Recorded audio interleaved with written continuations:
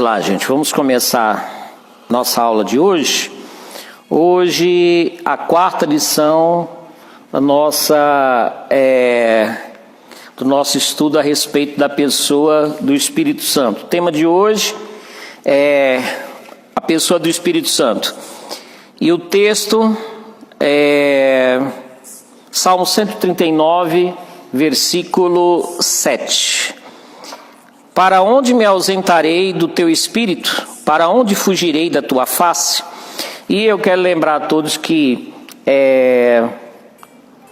pessoal que está acompanhando os nossos estudos, que a gente está fazendo baseado no livro do nosso... boa noite, Zuleika. Deus te abençoe, Zuleika está sempre presente aí com a gente, né? Baseado no livro do nosso líder, o apóstolo Jair de Oliveira, né? É um livro, é um estudo aprofundado, estudo da pessoa do Espírito Santo, algo que eu acredito que é importantíssimo para a igreja ter e acompanhar, tá bom? Nós estamos fazendo um estudo baseado neste livro. Vamos lá? Então, vamos prosseguir com o nosso estudo. Semana passada nós estivemos concluindo o nosso estudo do Espírito Santo na pessoa de Jesus Cristo, né? E mais especificamente sobre o Espírito Santo no momento da crucificação, né? Que nós vimos que ele teve principalmente um papel no que diz respeito à força que deu a Jesus Cristo, né? Para enfrentar todos aqueles horrores ali da morte por crucificação. Eu acredito que eu passei para vocês que era o pior tipo de morte que uma pessoa poderia enfrentar, que seria a morte por crucificação. E na questão da ressurreição, nós vimos que da mesma forma que o Espírito Santo foi o agente do nascimento de Jesus Cristo, foi ele quem gerou a pessoa de Jesus Cristo ali no ventre de Maria, foi ele também o responsável pela ressurreição de Jesus, né? E agora nós vamos ver alguns aspectos da pessoa do Espírito Santo. É a pessoa mesmo, porque nós estamos vendo desde o começo dessas ministrações aqui acerca do Espírito Santo, que ele é uma pessoa, não é isso? Não é uma força, não é uma energia, tá? Ele é uma pessoa, e nós vamos ver isso. Tem um pessoal que, aí dê graças a Deus vocês que estão em casa participando aqui do nosso estudo, que aí vocês não ouvem esse pessoal que está passando. O que estão vendendo aí agora? 30 ovos, eu disse 30 ovos estão passando aí. Vocês não estão ouvindo, mas a gente está aqui, eles passam devagarzinho. Né? Então, gente, tem um pessoalzinho que vai de casa em casa, vende umas revistinhas eles entregam umas revistinhas bem coloridinhas, né? Vocês sabem de quem eu estou falando? Que mostram as crianças brincando com as cobras, um paraíso terrestre e tal, né? Vocês sabem de que eu estou falando. Para eles não acreditam na Trindade, né? Chamados Testemunhos de Jeová. Eles não acreditam na Trindade, não acreditam na divindade de Jesus e também não acreditam que o Espírito Santo seja uma pessoa. Para eles o Espírito Santo é uma energia. Mas nós vamos ver que não, né? Aí na introdução, o Espírito Santo é o próprio Deus habitando em nós. Por isso é muito importante estudarmos o que a Bíblia nos diz sobre ele. Primeiro, a fonte e o rio é uma das comparações mais edificantes que eu achei. Quando entregamos a vida ao Senhor Jesus, o Espírito Santo veio habitar em nós como a fonte que jorra para a vida eterna. E isso está em João capítulo 4. Versículo 14, as palavras de Jesus para a mulher samaritana. Na salvação, nossa sede foi saciada na fonte do Espírito Santo, né? E Jesus já dirigiu isso para uma mulher que já tinha tido quantos maridos? 5. E agora vivia com um que não era o seu marido. E ela não se chamava Gretchen.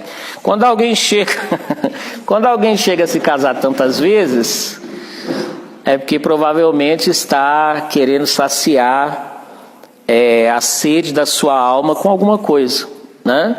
E Jesus falou para ela que quem bebesse daquela água voltaria a ter sede, não importasse quantas vezes ela se casasse, que ela continuaria com sede na sua alma. Mas ele disse que quem bebesse da água que ele desse, a salvação que ele desse, dentro dele iria brotar uma fonte de água que jorra para a vida eterna, né? Fonte, vocês sabem, a gente não costuma chamar fonte de fonte, né? Nós brasileiros costumamos chamar de quê? Não. Mina. Mina, cacimba. Cacimba. Isso, cacimba. Isso mesmo. Lá no Itaparque, onde eu passei a minha infância. Lá no Itaparque. Oi, pastor Zé Carlos. Contribui aí, tá? Você faz seus comentários abalizados, tá, pastor Zé Carlos? Lá no Itaparque, onde eu me criei, quando não era aquela cidadona que é hoje ali em Mauá, ali a gente brincando, quando não tinha tantas casas, a gente encontrava muita mina, né? Ali no meio. Esse não é o evangelho segundo nós três. Pastor Teixeira, um abração, saudade de você. Um abraço para a pastora Marilda. Deus abençoe. Pastor Teixeira, grande amigo meu. Deus abençoe. Então, gente, uma mina, uma fonte, né? E quando a gente encontra Jesus como Senhor, como Salvador da nossa vida, essa fonte brota aqui dentro. Ou seja, nossa sede é saciada, né? Aí chega em João capítulo 7, versículo 38, referindo-se ao Espírito Santo, o Senhor Jesus falou de rios de águas vivas fluindo do nosso interior. Juliana, tem um lugar que a pastora Vera guardou aqui para você. Fluindo do nosso interior. Tá? Fluindo do nosso interior. Então, na salvação ele falou de uma fonte. Rios de água viva. Rios de água viva. Então ele está falando de um avanço, né? De um evoluir, de um progresso, né? A fonte virou um rio. E na verdade é isso que acontece, né? Às vezes a gente olha cada rio imenso aí, vê um rio Tietê, um Tamanduateí, quando vê de onde que eles nascem, são pequenas fontes, né? Qual é o que nasce na gruta de Santa Luzia ali em Mauá? Não sei se é o Tamanduá, acho que é o Tamanduateí, né?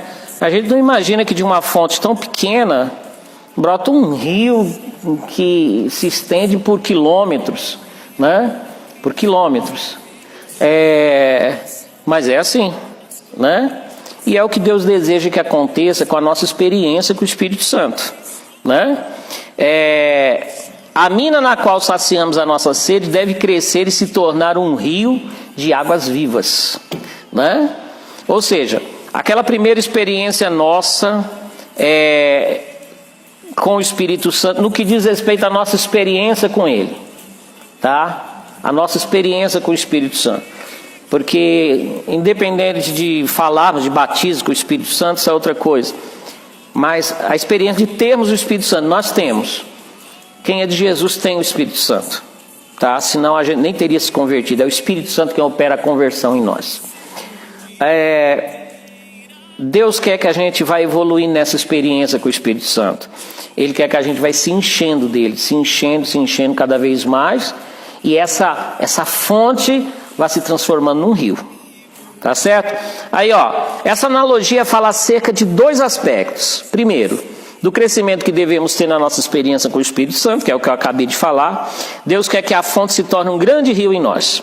E segundo, do crescimento do nosso conhecimento dele. Temos que conhecê-lo e prosseguir em conhecê-lo.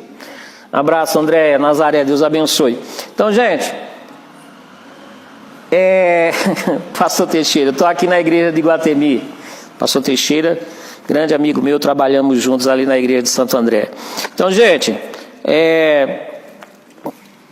Isso aí também fala da gente crescer no nosso conhecimento do Espírito Santo, né, gente? Porque, afinal de contas, com todo mundo não é assim?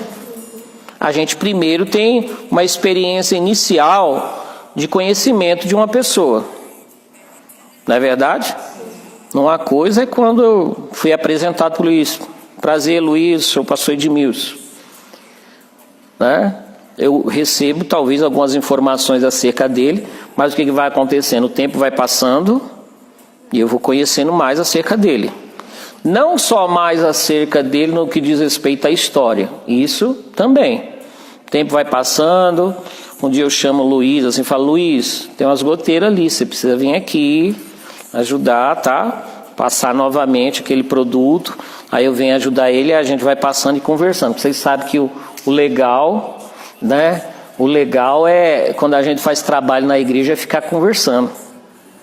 Aí conta a história da vida, eu sei certas informações acerca do Luiz. Esse é um dos aspectos do conhecimento, né? O outro é quando eu vou conhecendo o jeito do Luiz, né? O jeito como assim? Um dia eu faço uma brincadeira, o Luiz não gosta. Ou então eu descubro que o Luiz é mais brincalhão do que eu. Dali a pouco eu vou conhecer ele como? Chega lá perto, não, a Juliana. Vai brincar com o Luiz? Brincar não, ele não gosta muito dessas brincadeiras não. Por que eu estou falando isso? Porque eu conheço o Luiz. Entendeu? Eu conheço o Luiz. Assim que eu fui apresentado a ele, eu já sabia disso? Não. Mas o tempo foi passando e eu fui conhecendo ele, né? Às vezes eu cito o exemplo de marido e mulher, né? Quanto mais o tempo passa, um vai conhecendo tanto o outro, que chega uma época que um parece que adivinha até o pensamento do outro e coisas desse tipo. Então, gente, com o passar do tempo, a gente tem que estar conhecendo mais o Espírito Santo. Tem que saber mais sobre ele e conhecer melhor a forma desse Espírito Santo agir, a forma dele operar. Entenderam, gente? Então tem aquele conhecimento prático e aquele conhecimento teórico. Nós estamos aprendendo muito conhecimento teórico. Não estamos, gente? Muito conhecimento teórico. E o conhecimento prático é no dia a dia, né? Não tem certas coisas que você ouve falar que alguém fez e que você fala assim, fez nada. Por quê? Fulano nunca faria isso. Não tem isso? Tem isso. O Espírito Santo é a mesma coisa. Chegar alguém e dizer, nossa, o Espírito Santo me usou para dar um soco na cara do outro, mas foi uma benção. Aí você pega e fala, não, que? Tá me julgando, tá o quê? O que é isso? Eu estou dizendo que o Espírito Santo falou no meu ouvido, vai e dá um soco na cara da Roselaine. Ela fala, não, o Espírito Santo que eu conheço não fica mandando dar soco na cara de ninguém, não. Entenderam, gente? Isso aí é um conhecimento prático do Espírito Santo na nossa vida. Tá bom? Então vamos lá. Um abração, Jefferson. Jefferson está todo alegre. Jefferson, lá de Bauru, pastor Jefferson, está todo alegre porque é pai de novo há algumas horas. Meu novo neto nasceu há algumas horas, né? Está preocupado porque o Jefferson é afrodescendente. A esposa dele é afrodescendente. E nasceu um nenenzinho branquelo. Jefferson, estamos orando por você. Deus te abençoe, Jefferson. O outro nasceu branquinho. Igual ele falou agora há pouco para mim. Depois vai escurecendo, né? A gente sabe como que é. E será que pareceu com quem, hein? Parecido com quem? Com quem criança parece quando nasce? Oi? Com o joelho, é isso mesmo. Um beijo, meu netinho, Deus te abençoe. Bora lá. O Espírito Santo na história. Primeiro, na criação. No segundo versículo da Bíblia está escrito que o Espírito de Deus pairava sobre a face do abismo ou dos mares. O Espírito Santo estava presente na obra da criação. O jovem Eliú disse a Jó, o Espírito de Deus me fez e o sopro do Todo-Poderoso me dá vida. Gente, na verdade, quando a gente estuda a criação, a gente vê uma obra da Trindade ali, né, gente? A gente vê Deus, pela sua palavra, criando todas as coisas. A gente vê o Espírito Santo pairando sobre as águas assim. E a palavra que foi traduzida assim como pairando sobre a face das águas, parece assim uma galinha chocando os ovos, né? Na hora de criar o homem, isso aí já foi muito estudado, explanado, né? Deus não usa a palavra no singular, ele fala: façamos o homem a nossa imagem, conforme a nossa semelhança, já fazendo uma alusão ao Pai, ao Filho e ao Espírito Santo, né? Então, na criação, a gente vê uma participação do Deus triuno, né? E aqui hoje a gente está vendo especialmente essa presença do Espírito Santo pairando sobre a face das águas, né? Eu pelo menos, gosto muito de fazer uma aplicação nessa parte aqui, que você pega o versículo 1, no princípio criou Deus os céus e a terra, parece já ser assim como que um resumo de tudo que nós vamos ver ali na frente. É um prólogo, assim, é um resumo. Já está dizendo, Deus criou os céus e a terra. Aí depois começa a dar detalhes, né? E no versículo 2 aparece tudo sem forma e vazio, né? Aí tem uma série de teorias a respeito disso. Que entre o versículo 1 e 2, talvez tenha acontecido a rebelião de Satanás, que produziu um caos na criação, que no 1 tudo foi criado de uma vez, e que a terra ficou sem forma e vazia a partir do versículo 2, e que entre o versículo 1 e 2 se passa muito tempo, né?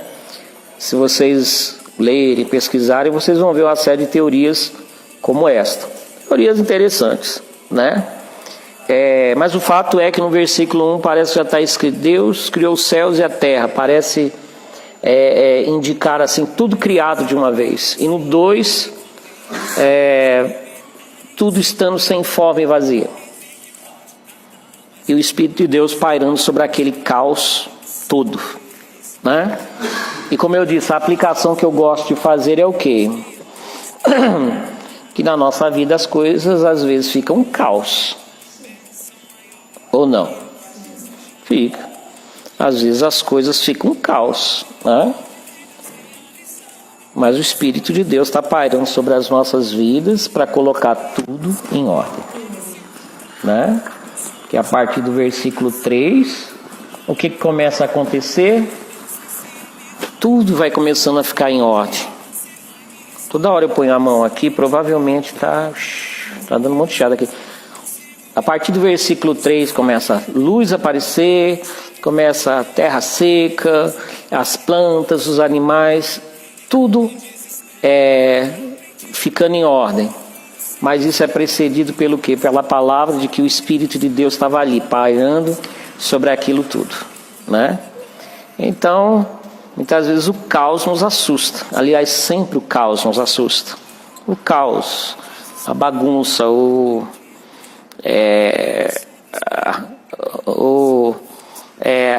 a sensação de que está tudo fora do lugar, né? Mas um dos trabalhos do Espírito Santo é ir dando forma, colocando as coisas em ordem. Amém? Vamos lá. Na história do povo de Israel, ele vinha principalmente sobre reis, sacerdotes, profetas, juízes, ou em algumas pessoas para uma tarefa dada por Deus, capacitando para ela. Se não me engano, nós já estivemos falando isso na lição número 1, não foi isso? Quando nós estivemos falando sobre o Espírito Santo no Antigo Testamento, né?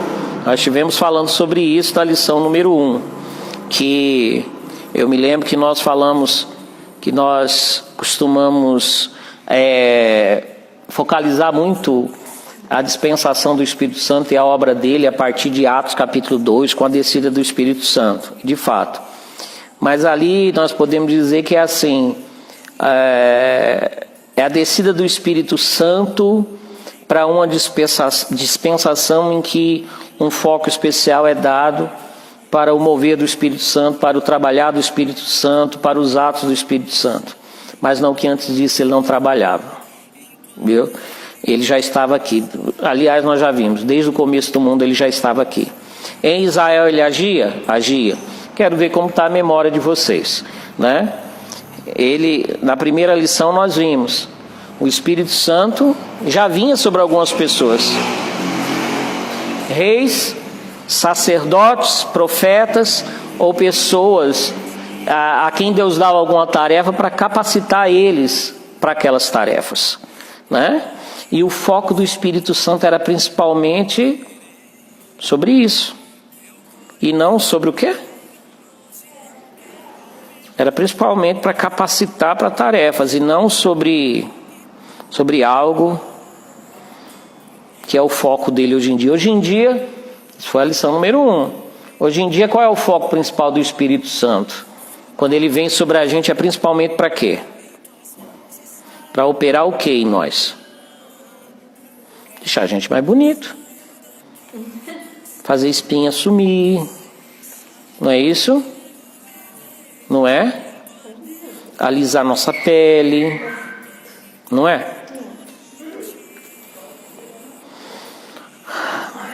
A obra principal do Espírito Santo na vida da gente hoje é trabalhar no nosso caráter e produzir a santidade. Não é isso? No Antigo Testamento não era tanto isso. Era mais capacitar pessoas para certas obras.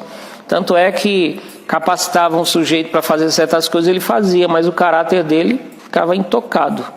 O sujeito estava lá, vinha o Espírito de Deus sobre ele, fazia certas coisas, dali a pouco ele estava fazendo cada barbaridade, cada coisa esquisita, como era o caso de Sansão, um profeta velho, o próprio Saul, né? Então, hoje em dia o foco do Espírito Santo é outro. Não que isso não aconteça, como nós já falamos na primeira lição. Isso pode acontecer hoje. O Espírito de Deus pode vir sobre uma pessoa, capacitar ela, usá-la, né? Nós vemos pessoas dotadas de dons do Espírito Santo e que o caráter da pessoa, ela não se deixa ser moldada por Deus, ser trabalhada por Deus. E que não quer dizer que aquelas obras não seja de Deus ou do Espírito Santo que esteja usando a pessoa. Não, só quer dizer que um dia ela vai prestar conta diante de Deus, aí vai ter que ouvir talvez aquilo, né? Ela vai chegar diante de Deus e falar: Senhor, eu expulsei demônio em teu nome, curei doentes, fiz cada coisa bonita. E Jesus vai dizer o quê? Não grita, senão eu me assusto, gente. Apartai-vos de mim, porque eu não vos conheço, ou então eu não aprovo vocês, né? Então vamos lá. No Antigo Testamento havia a promessa de que aquele Espírito que vinha sobre alguns seria derramado sobre toda a carne. Está lá em Joel 2, 28 e 29. Então havia uma promessa de que o Espírito Santo viria ser derramado sobre toda a carne. Para nós, irmãos, que já vivemos nesse momento, talvez a gente não entenda a grandiosidade de ter essa promessa. Porque, gente, você pega a história de Saul e de Davi, por exemplo, que está escrito que o Espírito de Deus veio sobre Saul, mas está escrito que o Espírito de Deus se retirou dele, né? E está escrito que o Espírito de Deus veio sobre Davi. O que dá a entender assim, que veio sobre Saul, aí se retirou, saiu de Saul e veio sobre Davi. Aí dá para entender o medo que Davi ficou quando ele pecou, né? Salmo 51, ele falou o quê? Ele ficou com medo e falou: não retire de mim o meu trono. Não, ele falou assim: não retire de mim o teu Espírito Santo. Ele estava com medo de acontecer com ele, gente, o que aconteceu com Saul. E ele viu, gente, o que era ser uma autoridade do povo de Deus, o que era ser um rei, sem a presença do Espírito Santo, ordens incoerentes, comportamento incoerente, né, gente? Levar o povo a derrotas, né? Então esse era o medo dele. E ele sabia a diferença que tinha disso, né? No próprio, na vida do próprio Saul, quando ele teve aquele encontro, o seu primeiro encontro com Samuel, está escrito que o Espírito de Deus veio sobre ele e se tornou um outro homem. E quantas coisas maravilhosas aconteceu através dele. O Espírito de Deus capacitou ele para fazer, né? Então, Davi sabia do valor que aquilo tinha para ele, dele ser, do Espírito de Deus estar sobre a vida dele. Aí vem o profeta Joel e fala que um dia, aquilo que eles experimentavam, iria acontecer com todo aquele que cresce em Deus. Viria sobre os servos, as servas, sobre os jovens, sobre os velhos, né, gente? Fala que os velhos iriam ter sonhos, os jovens teriam visões, né, gente? Os velhos iam ter sonho, de tanto que os velhos dormem, não é isso não. Sonhos dados pelo Espírito Santo, né? Aliás, é ao contrário, quem gosta de dormir muito, quem é mesmo, Lala? Quem gosta de dormir muito? Não, o jovem gosta de dormir, vive dormindo e já levanta assim, estou só o pó. Né? Sonho também é no sentido de ter projetos para a vida, né? O Espírito de Deus ia agir isso na vida de pessoas de idade, também sonhos no sentido de sonhos proféticos, visões proféticas, e que todo aquele que cresce, né, que invocasse o nome do Senhor, experimentar essa promessa de Deus na sua vida. Então, meus irmãos, a grandiosidade dessa promessa quando o profeta Joel fez aquele povo, só quem vivia ali é que podia saber do impacto da vida, que veio sobre eles, de saber que o que um Saul experimentou, um Davi experimentou, e outros homens escolhidos ali experimentaram, saber que um dia isso iria acontecer com todo aquele que tivesse fé em Deus, que acreditasse em Deus, né? Então, esse derramar do Espírito era uma promessa. O que mais? Oi. Quer saber sobre o sonho? No que diz respeito a sonho mesmo, quando se trata de sonho, aquele sonho que você tem à noite, um sonho ruim. Para começar, vamos do mais óbvio, pode ser só um sonho ruim. Vocês sabem, quando a gente está cansado, a gente pode ter um sonho ruim, né, gente? A gente vai dormir cansado, você sonha com o Drácula, aí o lobisomem aparece, aí um tubarão aparece, e o recorte de um sonho entra no outro, né? Quando a gente está cansado.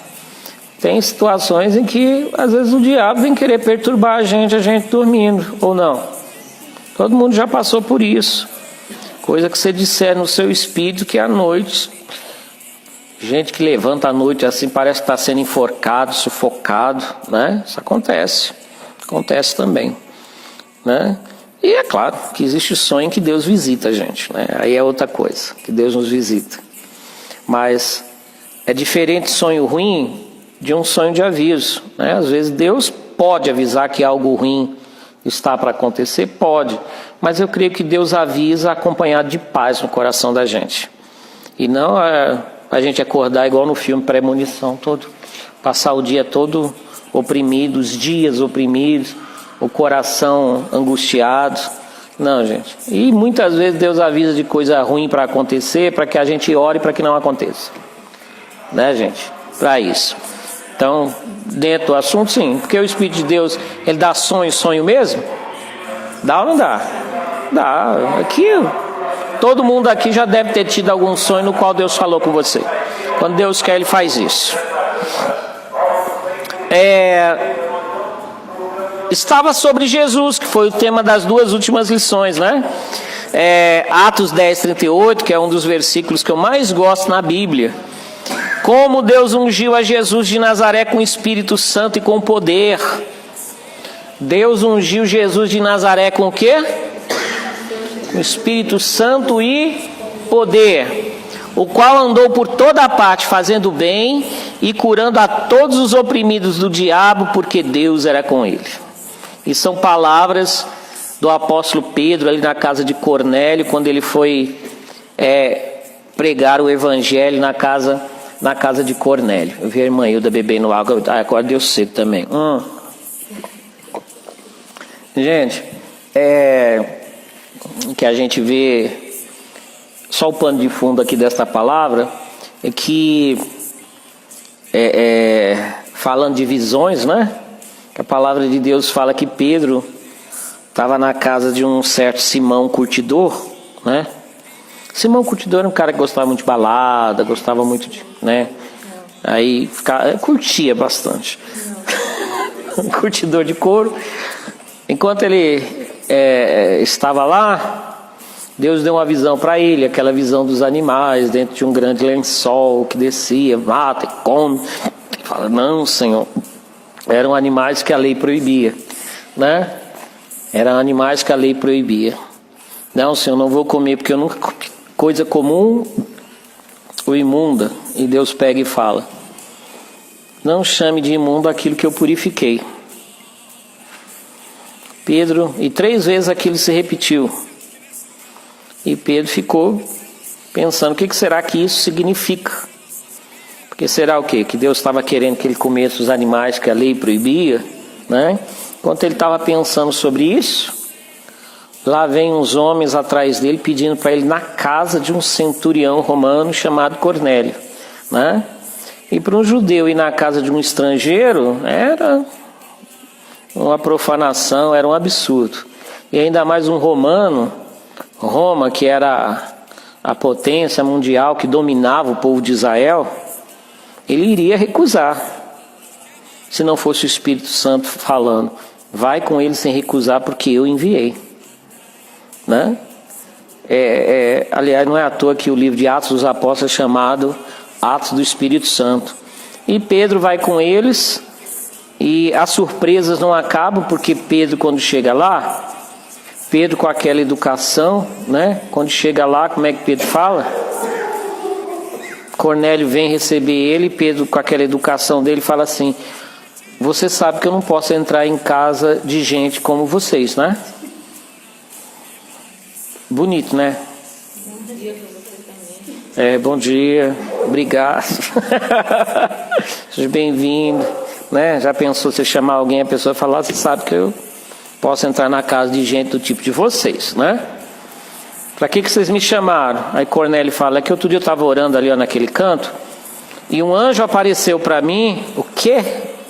Um anjo apareceu para um romano, virou bagunça agora, né?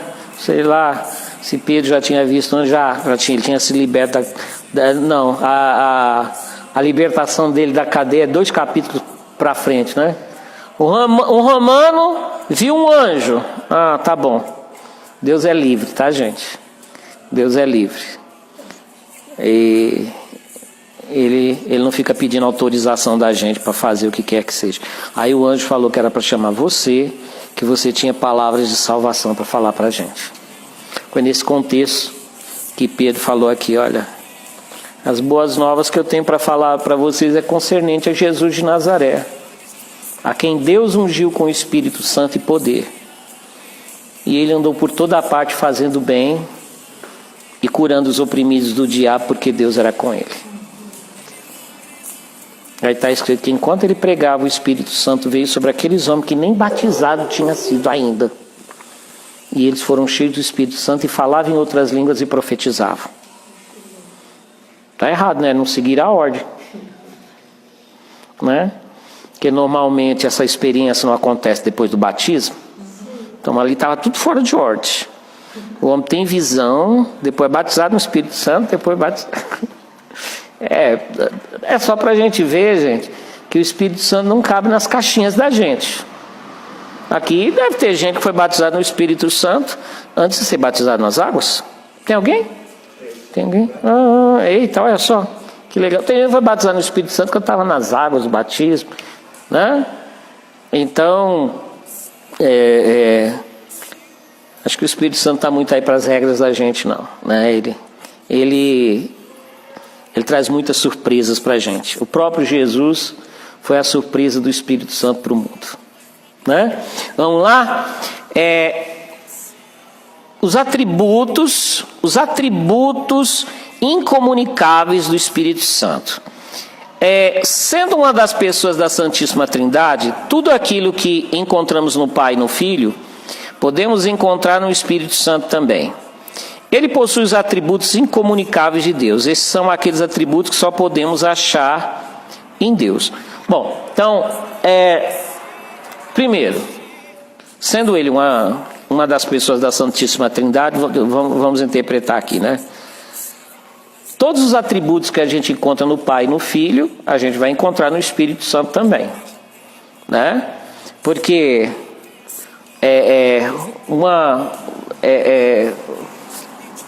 uma das coisas que a gente tem que saber acerca da Trindade é isso: que o Pai é, o Filho é, o Espírito Santo é. Entenderam? O Pai é eterno, o Filho é eterno, o Espírito Santo é eterno. O Pai é todo poderoso, o Filho é todo poderoso, o Espírito Santo é todo poderoso, etc, etc. Nós estamos falando de atributos incomunicáveis, tá, gente? Portanto, se tiver alguma coisa, algum atributo que um deles tem e o outro não tem, esse um não seria Deus, tá bom? Às vezes, a gente vê os homens tentando explicar esse mistério de uma forma, talvez para caber na cabeça da gente, né?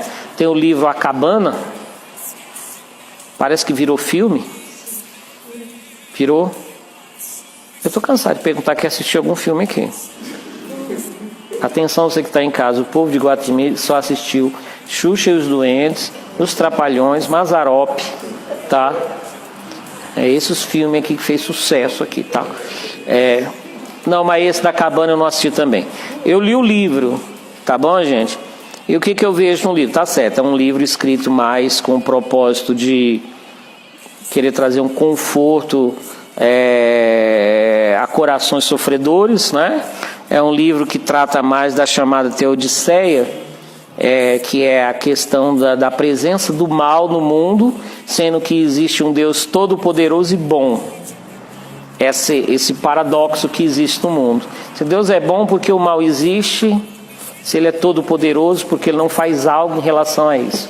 Na teologia isso é chamado Teodiceia, né? É mais um livro voltado a isso, mas é um livro que se passa como um homem na cabana, né? O Mackenzie, na cabana se encontra com Deus. Quem é Deus?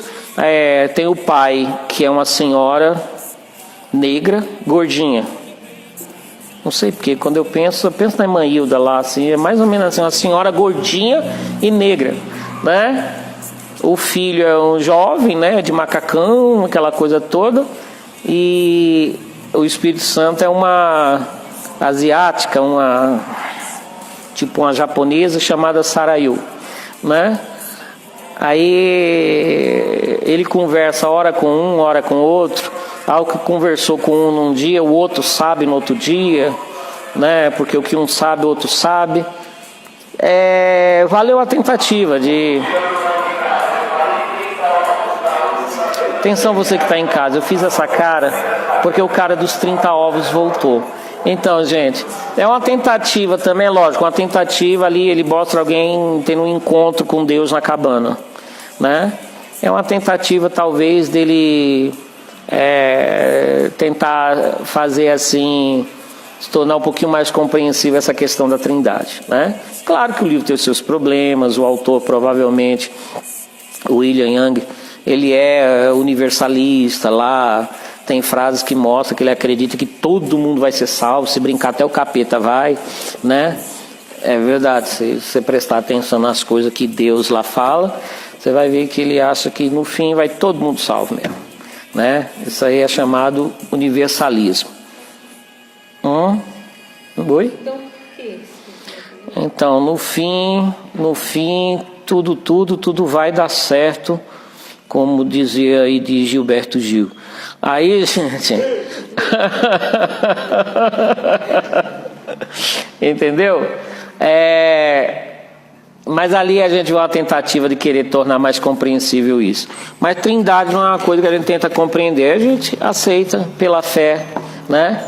Então, aí nós vamos ver que o Espírito Santo tem os atributos incomunicáveis. O que é um atributo incomunicável? Bom, primeiro vamos entender o que é um atributo comunicável, ou seja, São algumas qualidades que Deus tem e que Ele comunica para nós. Que a gente pode ter. Quanto mais cheios de Deus, mais nós vamos ter. Por exemplo, Deus é amor? Tralalalalalalala. Casa da bênção. Deus é amor. E se eu estiver cheio de Deus, eu terei amor também? Isso é um atributo comunicável, sabedoria, né? Longanimidade. Isso aí são atributos de Deus, atributos comunicáveis. Mas nós vamos ver que tem alguns que são incomunicáveis, ou seja, é só Deus que tem ou não tem. Por exemplo, onipresença. O que é onipresença? Deus está presente em todo lugar. O salmista diz que não existe lugar aonde possamos ir que esteja fora da presença do Espírito Santo. Salmo 139, 7, que é o que nós lemos hoje. Sendo Deus, Ele está em todos os lugares ao mesmo tempo. Isso deve gerar temor e segurança em nós. Temor por quê? Deve gerar temor por quê? Saber que o Espírito Santo está em todo lugar. Tudo que a gente fazer coisa errada, ele está vendo.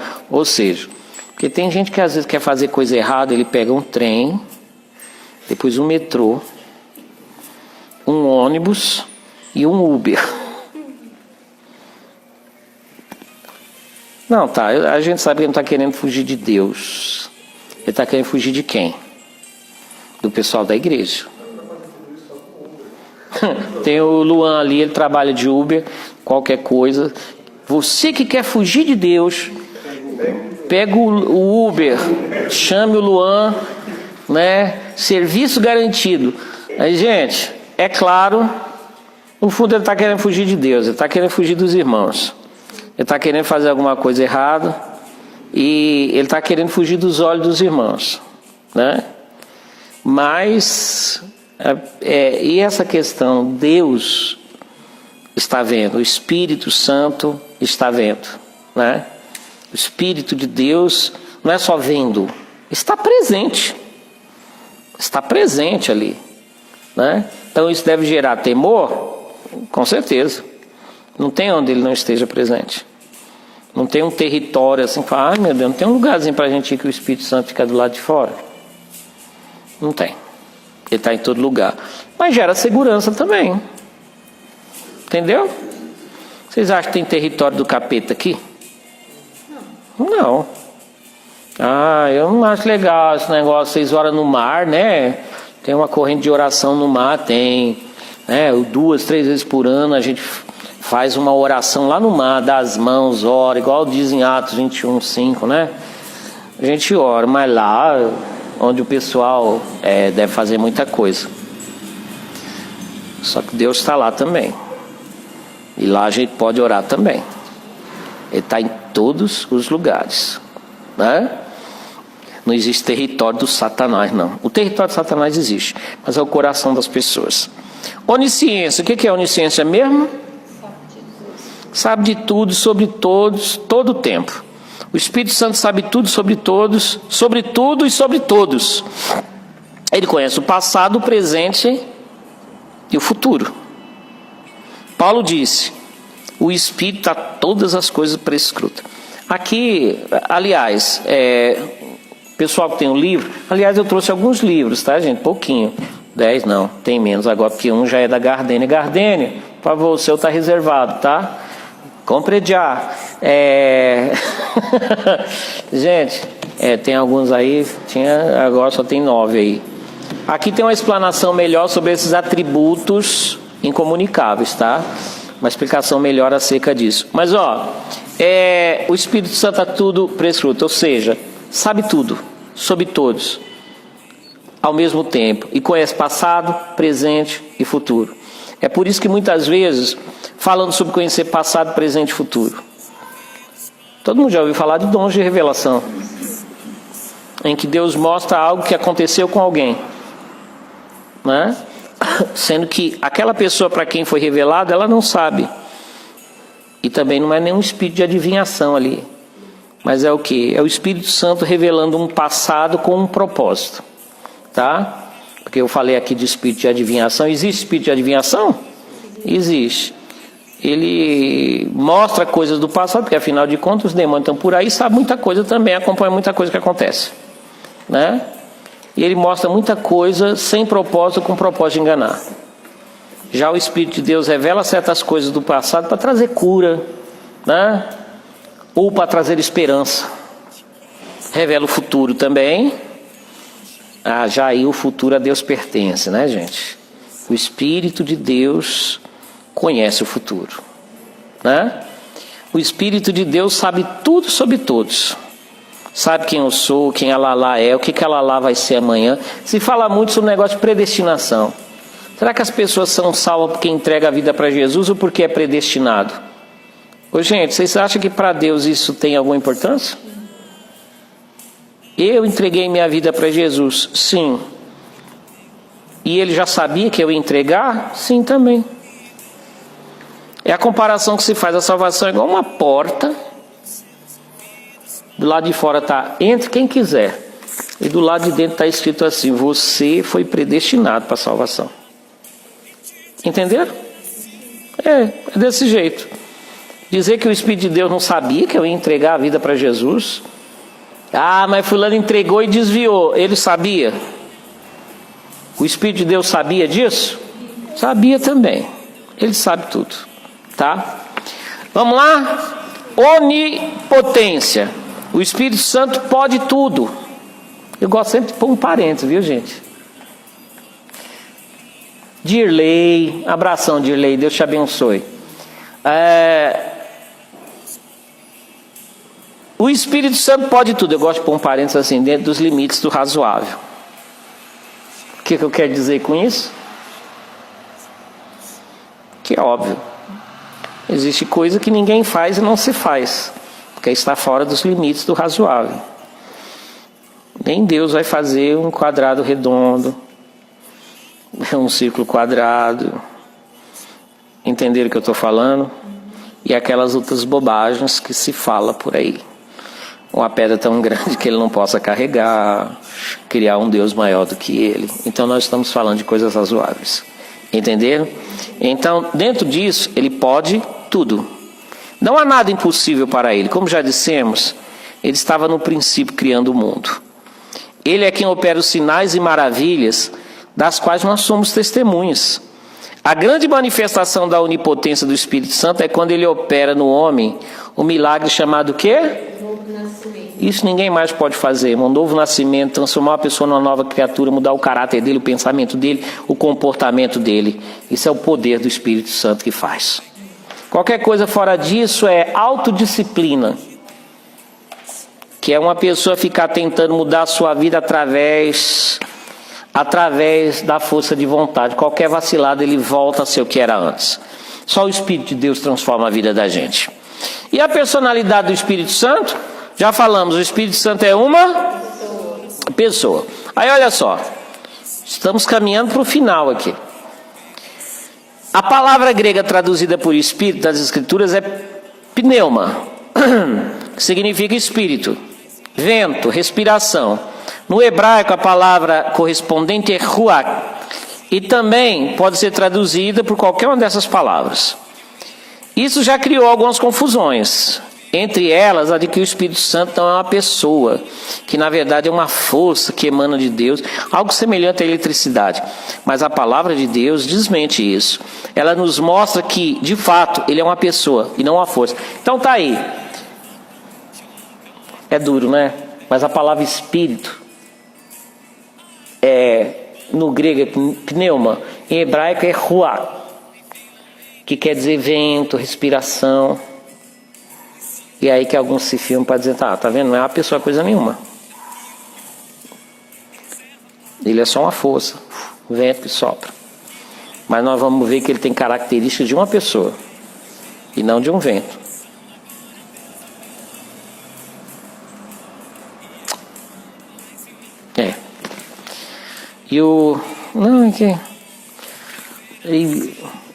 Pega um dicionário de grego e hebraico, aí você vai ver, tem um gênero de uma palavra.